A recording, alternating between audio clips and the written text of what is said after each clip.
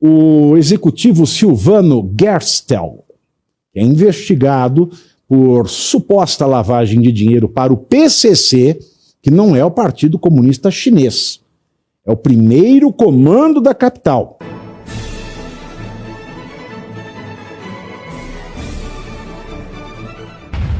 Tem dente na boca. Vamos lá, primeira pauta? Vamos falar então dessa pauta master. O executivo Silvano Gerstel é investigado por suposta lavagem de dinheiro para o PCC, que não é o Partido Comunista Chinês. É o primeiro comando da capital. É a facção de narcotráfico, é o grupo, no entendimento estadunidense, terrorista internacional, narcotraficante, mais poderoso do Brasil. Então esse sujeito fez a ponte entre a gestora de investimentos REAG, REAG, e os familiares do ministro inconstitucional, burro para um caralho, energúmeno, uma tábua. Era melhor pôr um Tamagotchi para decidir do que ele. Tofogígio, então é o ministro Tofogígio, na compra do resort Taiaia, em Ribeirão Claro, no Paraná. Silvano era o braço direito de João Carlos Mansur, fundador e ex-CEO da REAG, e desde o último mês de agosto é investigado por sua participação em fundos de investimentos criados pela REAG, que é outro banco que o Banco Central liquidou, tá? Que é outro banco que o Banco Central liquidou. Eu não li ainda o TP inteiro. Para, segundo os investigadores, dar aparência de legalidade a dinheiro proveniente de atividades criminosas do PCC. E a depender do Alexandre de Moraes, daqui a pouco o PCC não tem mais atividade criminosa. Daqui a pouco nós vamos falar que ele já liberou o cachimbo. E quando liberaram a venda de maconha, pouquinho em pouquinho, eu lembro quando isso começou a ser discutido, eu estava na Jovem Pan. E eu falava isso nos pingos nos is. Vão passar a maconha de pouquinho em pouquinho, daqui a pouco vai ser a pedra do crack, os cachimbeiros, e por isonomia vai ser o cheirador de farinha. Então daqui a pouco o PCC está lícito. Toca logo imposto no PCC. Não, mas daí vocês têm medo, né?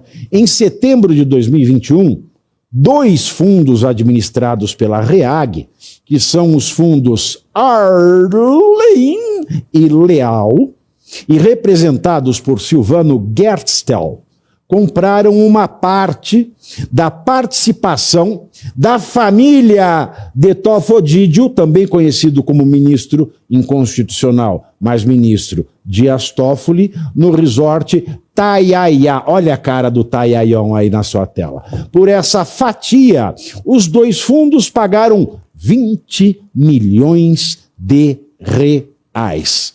Daí, e este cara de pau, ministro cara de pau, não larga o osso, porque ele ganha demais, cara de pau, sem vergonha e sem juízo.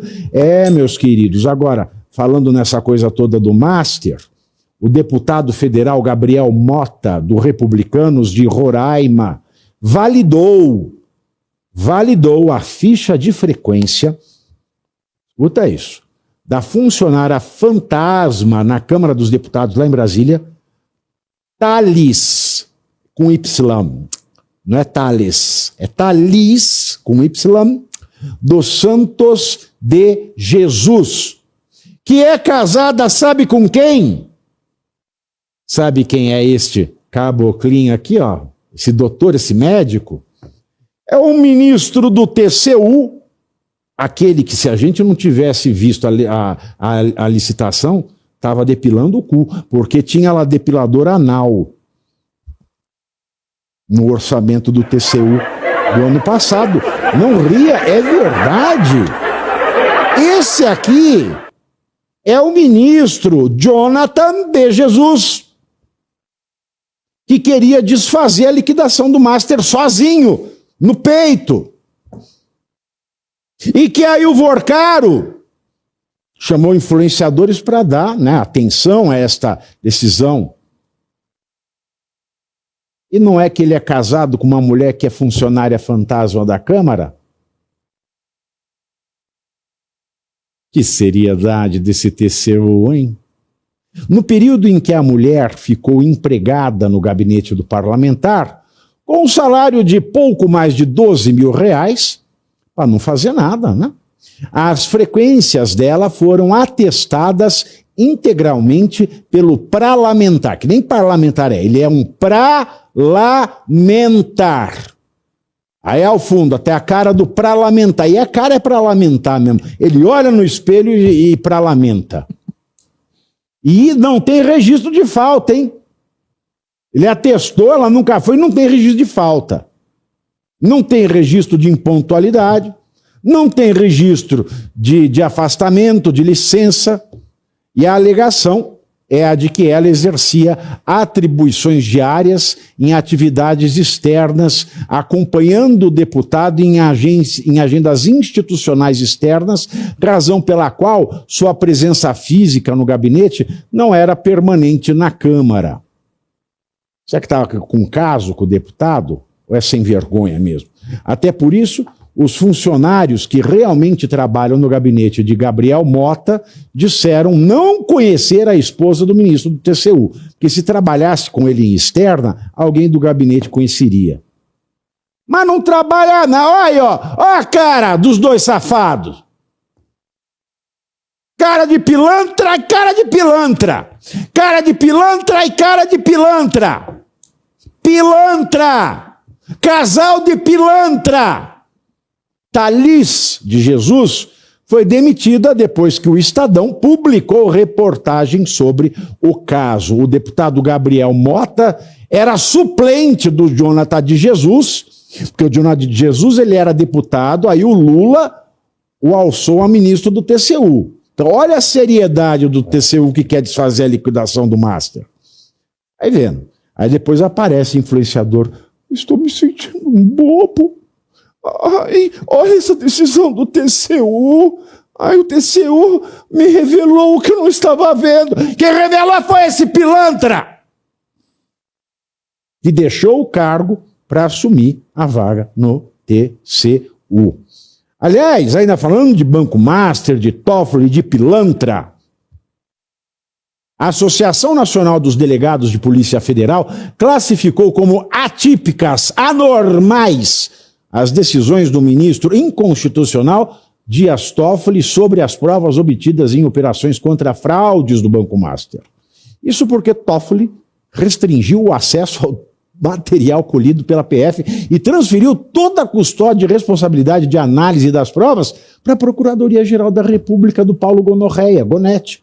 Em uma nota pública, a Associação de Delegados da Polícia Federal afirmou que os despachos de Toffoli causam legítima perplexidade institucional e que as providências adotadas pelo ministro destoam dos protocolos institucionais da corporação. Abro aspas, representam uma afronta às prerrogativas legalmente conferidas aos delegados de Polícia Federal para a condução técnica imparcial e eficiente da investigação criminal, fecho aspas. Aí eu vi a semana passada o presidente do CFM falando assim, aqui não, Jamelão, aqui não tem palhaço. Agora eu vejo a Associação de Delegado falando, aqui não tem palhaço, e a OAB continua fazendo esse papel de troçonhos, hein, ô Caivano? E só para te entregar, falando do Toffoli, é uma entrevista antiga que eu dei, mas eu coloquei no meu Instagram, @Pavinato, ontem, e esse vídeo já está com mais de 2 milhões de visualizações. Eu vi. Uma entrevista antiga.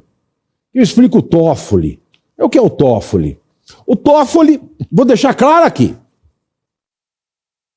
cursou o direito. É o mínimo. Aqui nesta mesa todos nós cursamos direito. Sim. Tanto o João, quanto o Cláudio Caivano, quanto eu. Aí ele cursou no Largo São Francisco. Era boa a faculdade naquela época. Naquela época tinha aula. Hoje só tem manifestação política. Hoje está uma tragédia. Nós vamos ver também. Os alunos se formam e chamam o ditador para falar. E aplaudem. Mas na época do Toffoli era uma faculdade boa, porque era a minha época. Então eu sei, eu lembro. O Toffoli, se ele não era o pior, ele está entre os top 5 dos piores alunos do Largo São Francisco. Ninguém sabe como ele se formou. Porque eu não vou falar o que ele fazia lá, mas ele vivia no porão do centro acadêmico ao som de Bob Marley. Sabe Bob Marley? Sei, claro. I wanna love you and treat you right. I wanna love you every day and every night. Não sei como se formou. Bom, Toffoli se formou, não se sabe como, porque era o pior. Um aluno, para ele ser medíocre, ele teria que ter estudado mais. Um aluno ruim. Advogou em grandes escritórios de advocacia? Não, nunca. Ele prestou concurso público 2 vezes, tomou pau nos 2. Fez pós-graduação? Não. Fez mestrado? Não. Doutorado? Fez doutorado? Não. Escreveu um artigo sequer antes de ser ministro? Nenhum. Deu aula, não deu para ver? Não deu aula em nenhum lugar. Não escreveu nenhum livro, nem capítulo de livro. Nem trecho de obra coletiva.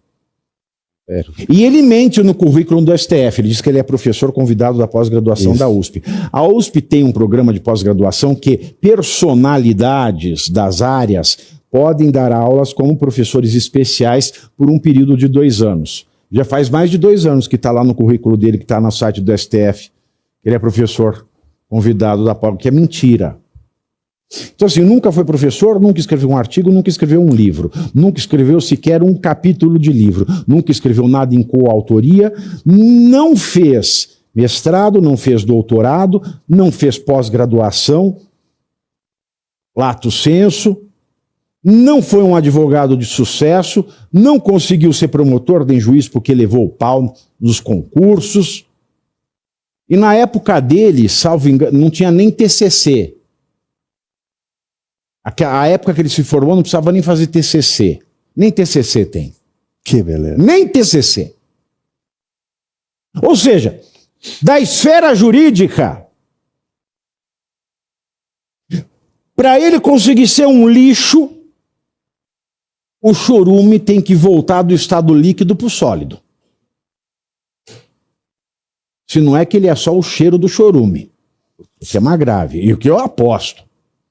Mas ele, desde que se formou, porque ele era do centro acadêmico do Largo São Francisco, que era um centro acadêmico, não é?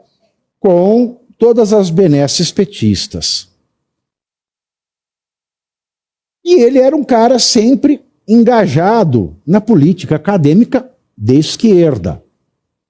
Tanto que ele sempre viveu pendurado no saco do PT. Quando Lula foi presidente, ele se torna AGU, e daí é um pulo para ele ser o primeiro ministro do STF. Não é que sem notável saber jurídico, sem nenhum saber jurídico. O que é inconstitucional. Mas o presidente Lula indicou, o Senado fingiu que sabatinou, e o presidente Lula nomeou. Então, tudo que eu falo é a mais pura verdade. Ah, está me difamando. É tudo público que eu estou falando. Não tem um livro, não tem um artigo, era mau aluno, é tudo público. Que a universidade é pública ainda por cima. Tudo público.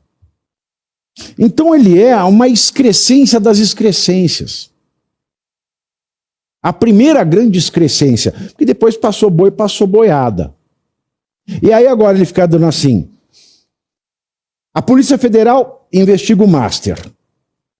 Aí ele tira da Polícia Federal a análise das provas.